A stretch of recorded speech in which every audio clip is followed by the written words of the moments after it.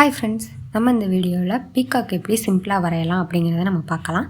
This video sponsor by பைமோட். பைமோட் அப்படிங்கிறது வந்து ஒரு ஷாப்பிங் ஆப். இதில் நம்ம வீட்டுக்கு தேவையான எல்லா பொருட்களுமே இதில் இருக்கும். நம்ம ஷாப்பிங் பண்ணி வாங்கிக்கலாம். இதில் எம்ஆர்பி ரேட் இருக்கும் அப்படிங்கிற ஒரு நமக்கு பயமே வேணாம். இதில் எம்ஆர்பி ரேட்டை விட கம்மியாகவே ப்ரைஸ் எல்லாமே இருக்கும். இது மட்டும் இல்லை, நமக்கு நிறைய ஆஃபர்ஸுமே கொடுக்குறாங்க. வெல்கம் கிட் அது மாதிரி நிறைய ஆஃபர்ஸுமே நமக்கு கொடுக்குறாங்க. இதுக்கு மேலேயும் வெயிட் பண்ணாமல் டிஸ்கிரிப்ஷனில் லிங்க் கிளிக் பண்ணி பைமோட்டுங்கிற ஆப்பை டவுன்லோட் பண்ணி ஷாப்பிங் பண்ண ஆரம்பிங்க. தேங்க்யூ.